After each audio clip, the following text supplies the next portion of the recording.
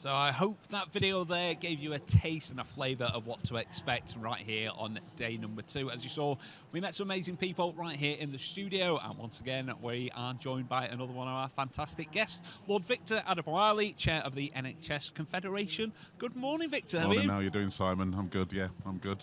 Excellent. Yeah. So we got through day one. Obviously, you came and spoke to us yesterday. We got through day one, yeah. Managed to get through it. Tell us about your experience of day one. Well, to be honest with you, I'm really concerned that everyone has a good time and that they come here and get what they need. So day one's always kind of high pressure, high tension, making sure things go smoothly, that my team are happy, that I'm doing what I'm supposed to be doing when I'm supposed to be doing it, and and I think it went very well in terms of the coordination, orientation, getting the messages out. It seemed to work, so I was quite pleased with that. But there's still time for it to go terribly wrong. So I'm sure you'll smash day number 2 as well. But tell us about your experience. I know, obviously, you're on stage, opened up for us yesterday. Yeah. Did you have any time to see the rest of the show? No. No. They keep me busy. I have to make an appointment to go to the toilet. No. I did visit some of the stands, and I managed to attend some of the things. At lunchtime, I was with a bunch of chairs and talking about productivity and how we turn things around. So ICB chairs, there was a brilliant session, talking about the reality of productivity, how we actually improve it, and the difference between working smart and working hard, and all that. So yeah, I've engaged with delegates, attendees here, on the issues that matter to them. Really, that's what I've done. That's what I did yesterday, anyway. Yeah, we gave you a little bit of time. Yeah, there was a bit of time to actually do some work. Yeah. How have you found the vibe of the whole show this year? I think people are positive. I think this is the most successful one we've had yet, and last year was pretty good, but we've had more attendance. We've had, I think there's a sense of optimism. It's a bit of a strange thing to say with the NHS in the state that it's in, but I think people are feeling like actually we can make a difference. There are things we can do. Obviously, there's uncertainty around the election. Who's going to be the new Secretary of State? Who's going to be the new government? But I think there's a sense of, what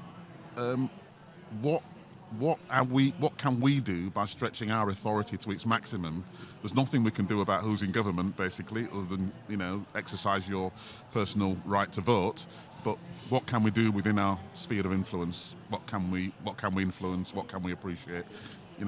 I think people are pretty focused, actually. I'd say it's nice you mentioned optimism, because there's a lot of my guests yesterday. They had a similar outlook. They said within their teams, within their sort of niches, like healthcare networks. It was optimism was a good word that kept coming up. I mean, to be honest, if you're here, if you're privileged enough to be here, and you're privileged enough to be a leader here, then frankly, you're far too lucky to be pessimistic. So you need, optimism is what people outside this room deserve, frankly. Yeah.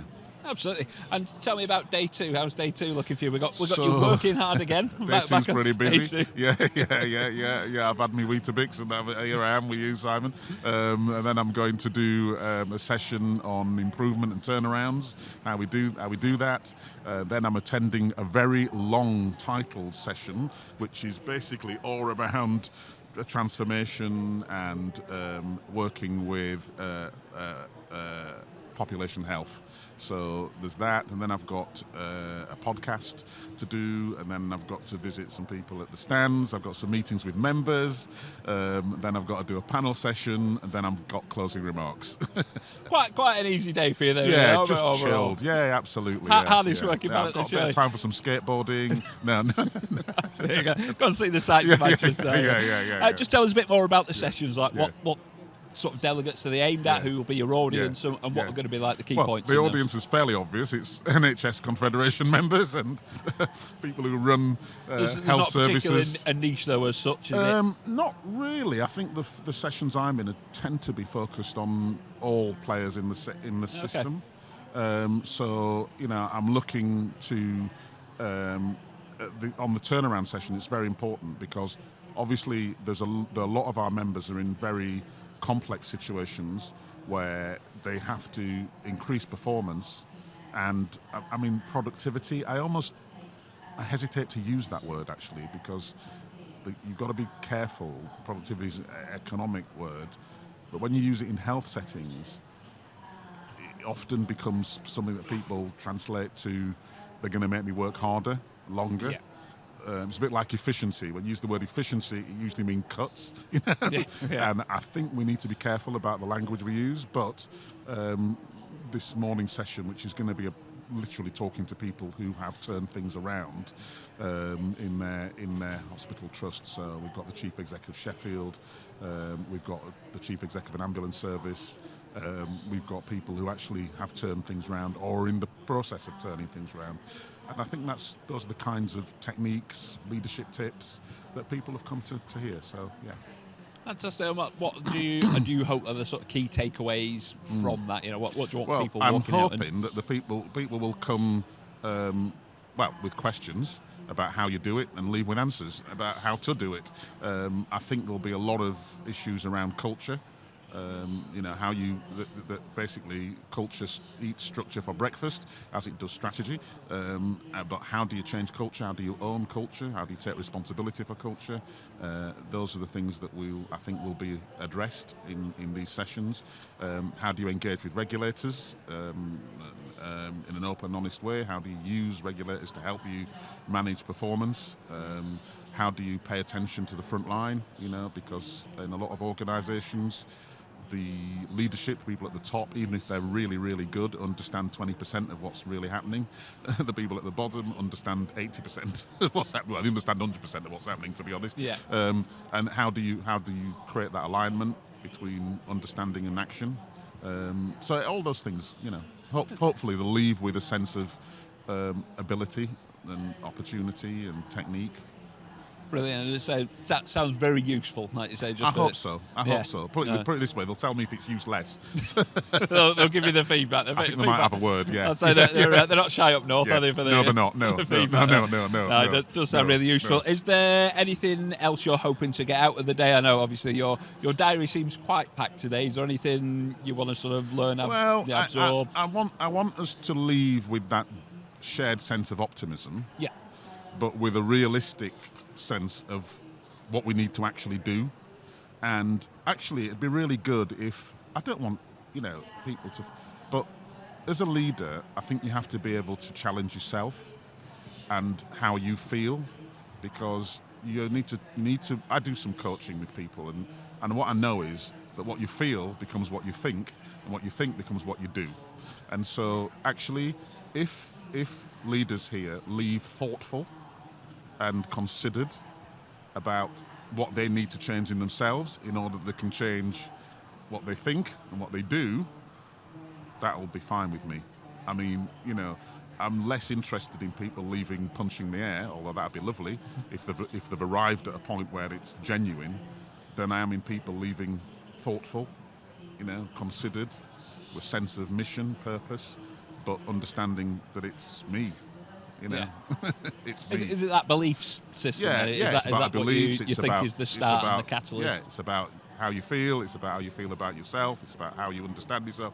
It's all that sort of stuff. How to lead others if you can't lead yourself. Fantastic. And is there anything, as I say, you've come or seen that has surprised you about the show this year?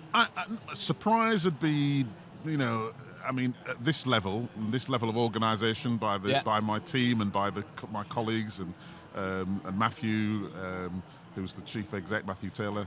I think surprise would be more shock at this stage. Okay, mate.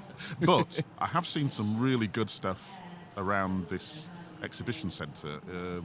I was with a company called Tortoise yesterday, which is based at Great Ormond Street. Okay. And their technology, which is aimed at primary care, where it's one of the most positive uses of AI I've come across.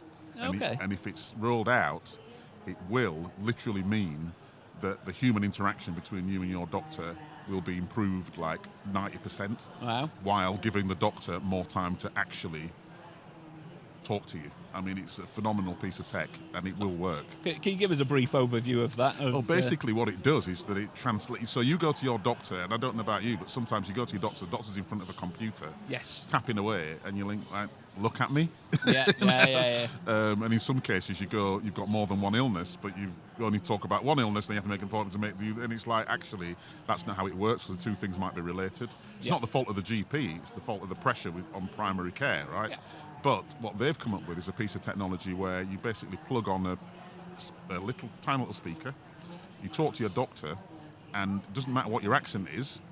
The thing translates what you're saying translates it into kind of text on a screen, right? You don't have to see the text, but it translates that text into prescriptions or a description of the conditions that you have. So you're talking to the doctor at this point. You're not talking to a computer. It just does all that. You're getting the face-to-face value. Yeah. It then codifies everything, so you don't have to do all that coding and all that's done. It then puts it into EMIS, so all that's done as well. And then it sends you a letter which describes what you've just said to the doctor. Wow.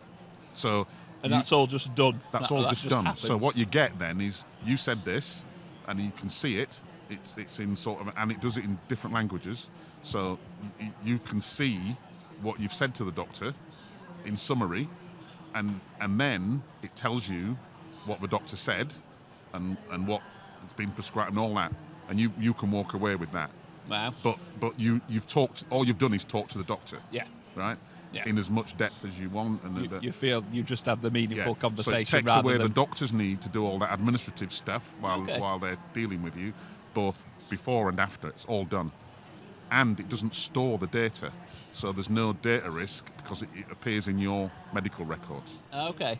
I mean, I think that's phenomenal. Yeah, I mean, that is really, really clever. I say it's good when, because there's so much AI Yeah, stuff, but yeah. It sounds like that is starting to for, nail real. For me, AI should enhance human interaction and intelligence, not replace it. Yeah.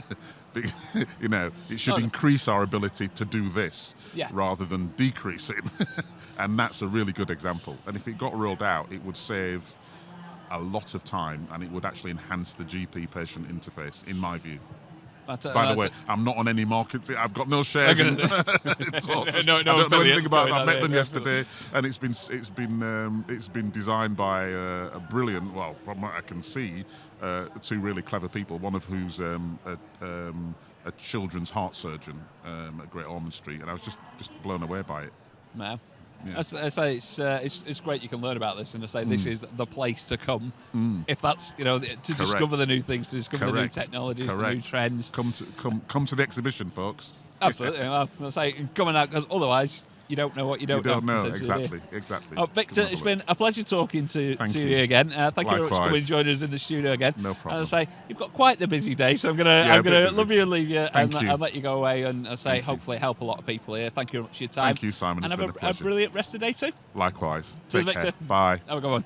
So we go. That was Lord Victor Adebowale there, chair of the NHS Confederation.